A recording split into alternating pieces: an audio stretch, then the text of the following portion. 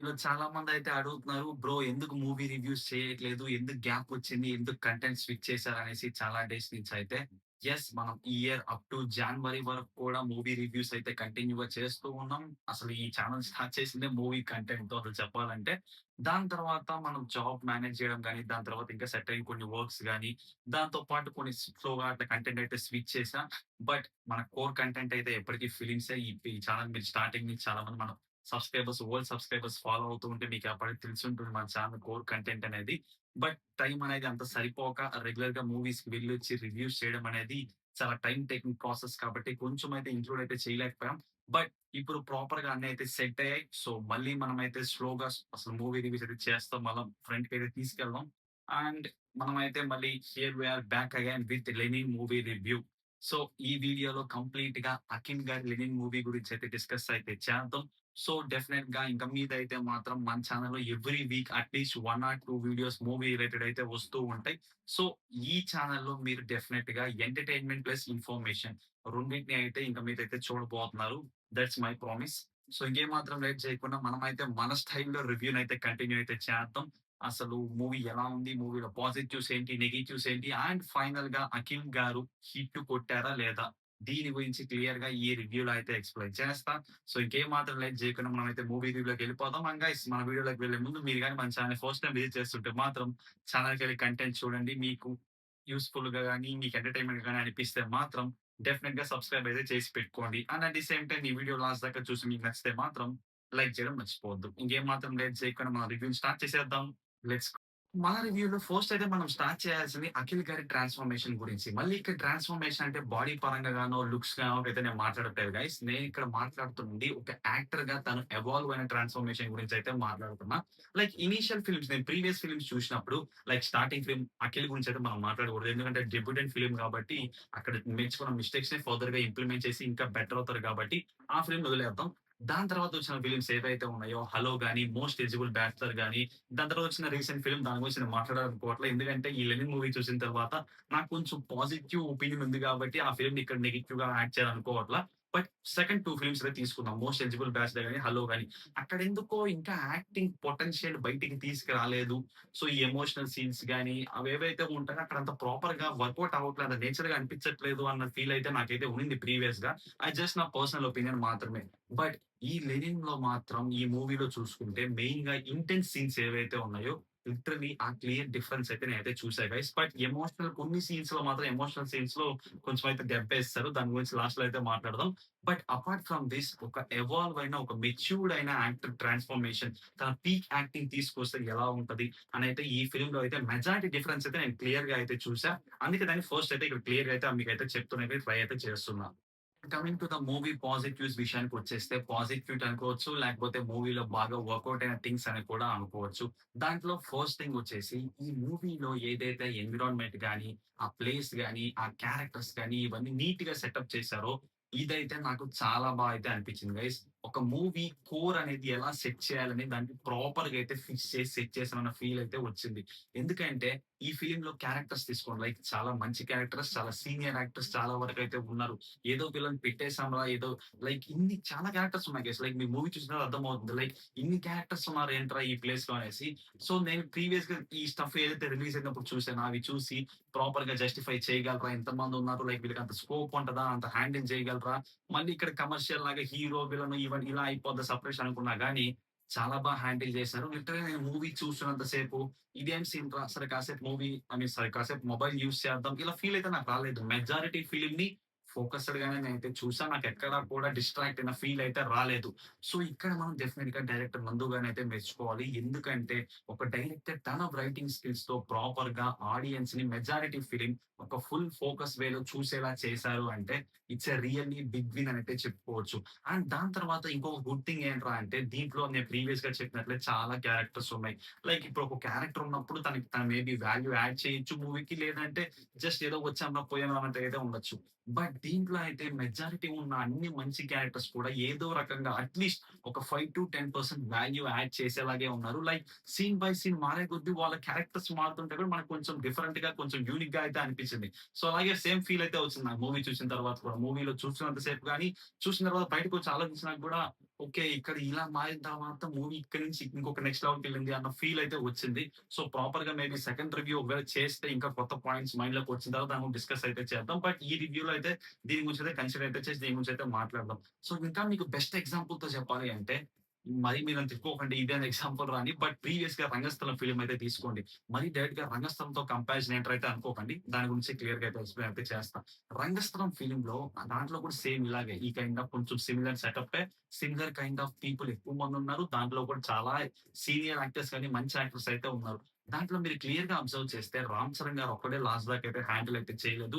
తనకి సపోర్ట్‌గా ఇంకా మంచి యాక్టర్స్ లైక్ 'జగపతి బాబు' గారు గాని, 'ఆది' క్యారెక్టర్ గాని, ఇంకా రిమైనింగ్ చాలా మంచి క్యారెక్టర్స్ అయితే ఉన్నాయి. లైక్ ప్రతి క్యారెక్టర్ కూడా ఒక మంచి వాల్యూ యాడ్ చేస్తూ ఇంటికొచ్చేసరికి 'రామ్ చరణ్' గారు ఇంకో పీక్ లెవెల్‌కైతే ఎళ్ళిపోయారు. సో, ఇక్కడ కూడా మెజారిటీ అన్ని క్యారెక్టర్స్ మూవీలో వాల్యూ యాడ్ చేయడానికే ట్రై చేశారు. సో, అదే నేను మీకు ఫస్ట్ పాయింట్‌లో క్లియర్‌గా ఎక్స్‌ప్లెయిన్ చేయాలనైతే అనుకున్నా.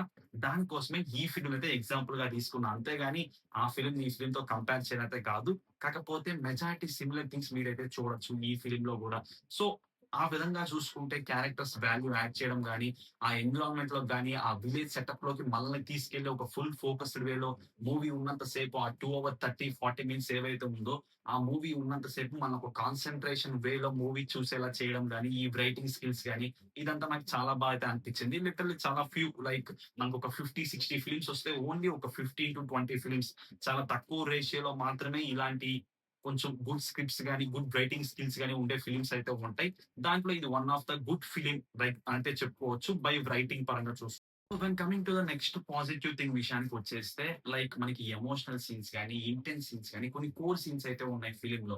అవేవైతే ఉన్నాయో మెజారిటీ 60-70% బాగా వర్కౌట్ అయితే అయింది గైస్. రిమైనింగ్ ఎందుకు వర్కౌట్ అవ్వలేదురా అంటే దాని గురించి నెగెటివ్‌గా చెప్తా. ఎమోషన్ సీన్స్‌లో కొన్ని అయితే ట్రిగ్గర్ అయ్యాయి. అంతగా అయితే నాకు వర్కౌట్ అవ్వలేదు.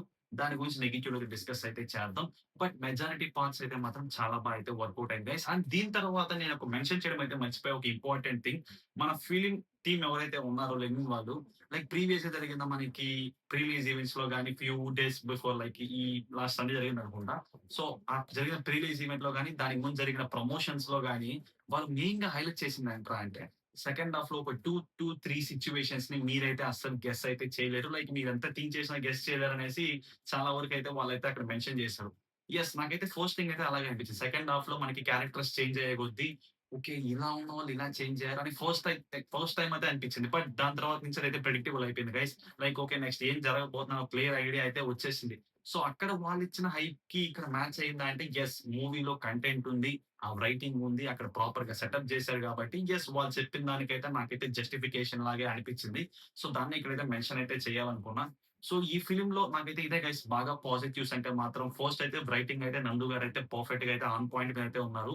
సో, ఎప్పుడు గాని ఒక హీరో స్టార్డమ్ మీద మూవీ మేబీ కలెక్ట్ చేయొచ్చు గానీ, లైక్ రిపీటెడ్ ఆడియన్స్ అయితే చూడడం అయితే కొంచెం డిఫికల్ట్. బట్ ఈ ఫిల్మ్‌లో మాత్రం కంప్లీట్‌గా రైటింగ్స్‌తోనే తీసుకెళ్లారు. లైక్ ఇక్కడేదో ఫైట్ పెట్టేయాలి, హీరోకి ఎలివేషన్స్ ఇయ్యాలి అలా కాకుండా, ఒక ప్రాపర్ వేలో మూవీకి గాని, స్టోరీకి గాని వాళ్ళు రాసుకున్న రైటింగ్ ఎలా ఉందిరా అంటే, ఈ సీన్ ఇక్కడ అవసరమైతేనే పెట్టినట్టయితే అనిపించింది. మెజారిటీ అందుకే నాకు 80-90% ఫిల్మ్ అయితే చాలా బా అయితే నచ్చింది. ఇంకొకటి 10-20% ఎందుకు నచ్చలేదురా అంటే, ఎమోషనల్ సీన్సే గైస్. లైక్ ఇప్పుడు ఈ మూవీ మొత్తం కూడా భాగ్యశ్రీ గారు ఎవరైతే ఉన్నారో ఆ కోర్ ఎమోషన్ తన మీదే వర్కౌట్ అయింది. లైక్ స్టార్టింగ్ ఫ్రమ్ ఫన్నీ చూసుకున్నా గూడా లైక్ తనున్నప్పుడే ఆ ఫన్ అయితే ఇనీషియల్ మూవీ సెటప్‌లో జనరేట్ అయితే అయింది. లైక్ మనకి అఖిల్ గారు, భాగ్యశ్రీ లైక్ మన గెటప్ సీన్ ఎవరైతే ఉంటారో వీళ్ళ మధ్య ఆ ఫన్ జనరేట్ అయింది. అక్కడ కోర్ భాగ్యశ్రీ గారే. దాని తర్వాత వాళ్ళ వెనకాల ఉన్న ఎమోషన్ గాని, లైక్ ఆ హీరో లోపల యాంగిల్ తీసుకొచ్చి ఆ ఫైర్ అవి తీసుకురావాలన్న కోర్ ఎమోషన్ తనే. సో, ఇక్కడ చూసుకుంటే ఇక్కడ తన వరకైతే నాకు పర్ఫెక్ట్‌గా అనిపించలేదు గానీ, అఖిల్ గారు మాత్రం కొన్ని ఎమోషనల్ సీన్స్‌లో అంత ప్రాపర్‌గా చేయలేకపోయారు. అది నా పర్సనల్ ఒపీనియన్. మళ్ళీ మీరు నేర్చుకోవాల్సిన అవసరం లేదు. మేబీ మీరు మూవీ చూసాక మీ ఒపీనియన్ డిఫరెంట్‌గా ఉండొచ్చు. బట్ అగైన్ ఇంటెన్స్ సీన్స్‌లో గాని, ఈ ఫైట్ సీన్స్ గాని, మెయిన్‌గా తెలుగు ఐ మీన్ మన స్లాంగ్ ఏదైతే ఉంటుందో ప్రాపర్‌గా దాన్నైతే అప్రాక్సిమేట్‌లీ చాలా బా అయితే హ్యాండిల్ చేశారు. ఒక హీరోగా లైక్ మళ్ళీ నేర్చుకొని చేయడం అంటే కొంచెం కష్టమే.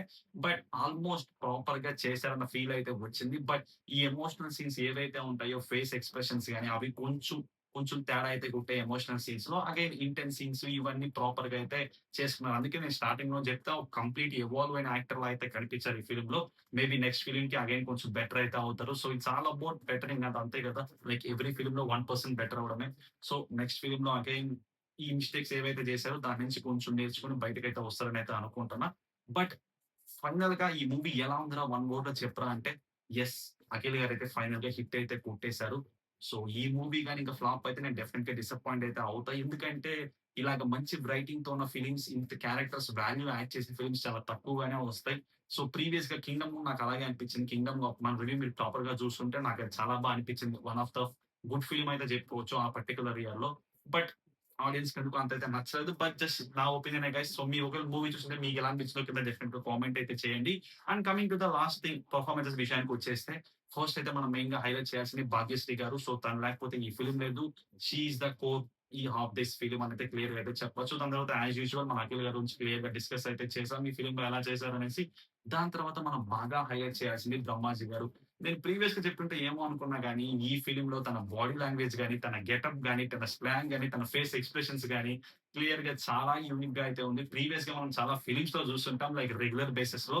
బట్ ఈ film it's completely out of the box అయితే వెళ్ళిపోయారు. సో, తన తర్వాత 'శివాజీ' గారు ఒక మంచి యూనిక్ క్యారెక్టర్ అయితే ఉంది. తనకి కూడా లైక్ ఎవ్రీ ఫిల్మ్‌లో ఒక డిఫరెంట్ క్యారెక్టర్ ఉండే చూజ్ చేసుకుంటున్నారు.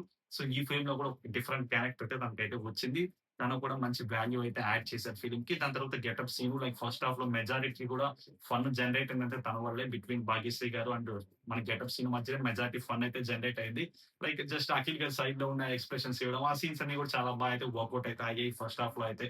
సో, వీళ్ళు మెయిన్ పెర్ఫార్మన్స్ గైస్ మూవీస్‌లో అయితే ఇంకా కొంతమంది యాక్టర్స్ ఉన్నారు. వాళ్ళు కూడా బానే చేశారు. వాళ్ళకున్న వాళ్ళకి వాల్యూ అయితే యాడ్ అయితే చేశారు ఫిల్మ్‌కి. So, that's it for this review guys. మనమైతే రివ్యూస్ చేసి చానా రోజులయిపోయింది. సో, బానే ఎక్స్‌ప్లెయిన్ అయితే చేశా అనుకుంటున్నా. నేను చూసిన దాన్నే నేను రాసిన స్క్రిప్ట్‌ని ప్రాపర్‌గా మీకు ఎక్స్‌ప్లెయిన్ అయితే చేశాను. ట్రై అయితే చేశా. So, that's it for this video guys. ఇంకో రివ్యూలో మళ్ళీ కలుద్దాం. సో, మీకు గాని ఈ రివ్యూ నచ్చితే మాత్రం డెఫినెట్‌లీ లైక్ జేసి, సో, మీకెలా అనిపించింది? ఒకవేళ మీరు మూవీ చూసుంటే మీ థాట్స్ ఏంటి అని కూడా కింద కామెంట్‌లో అయితే చేయండి. So, that's it for this video guys. See you guys in the next one. Bye by.